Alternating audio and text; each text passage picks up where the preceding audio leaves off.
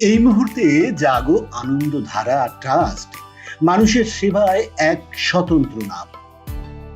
এবার শহর কলকাতা ছেড়ে গন্তব্য বীরভূমের লাল মাটির দেশে প্রত্যন্ত গ্রামের জন্য কিছু করার ইচ্ছা নিয়ে পথ চলা।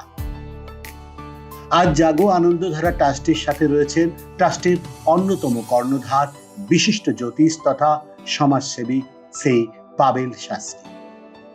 বাইরে ভীষণ গরম, সূর্য দেবতা যেন সব সময় মাথার উপর প্রখর তাপ প্রবাহ নিয়ে রয়েছে।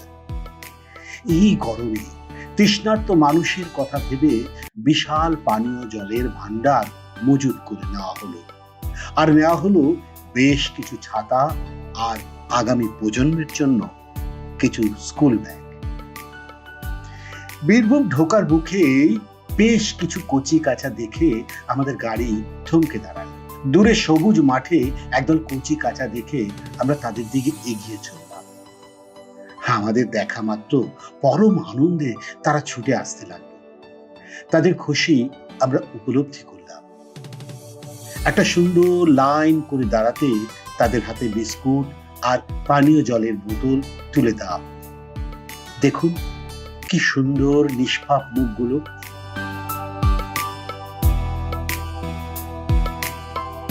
ছোটরা পাবে, বাকিরা পাবে না তা কি হয়? তাই আমাদের কর্ণধার বাকিদের হাতে মশারি আর জলের বোতল তুলে দিলেন। গ্রামবাসীদের অনুরোধে শেষে একটা সেলফি বা বাদ যায় কেন? মাঠ ছেড়ে রাস্তায় উঠতে সামনে আরো কয়েকজন মা এসে দাঁড়ালেন।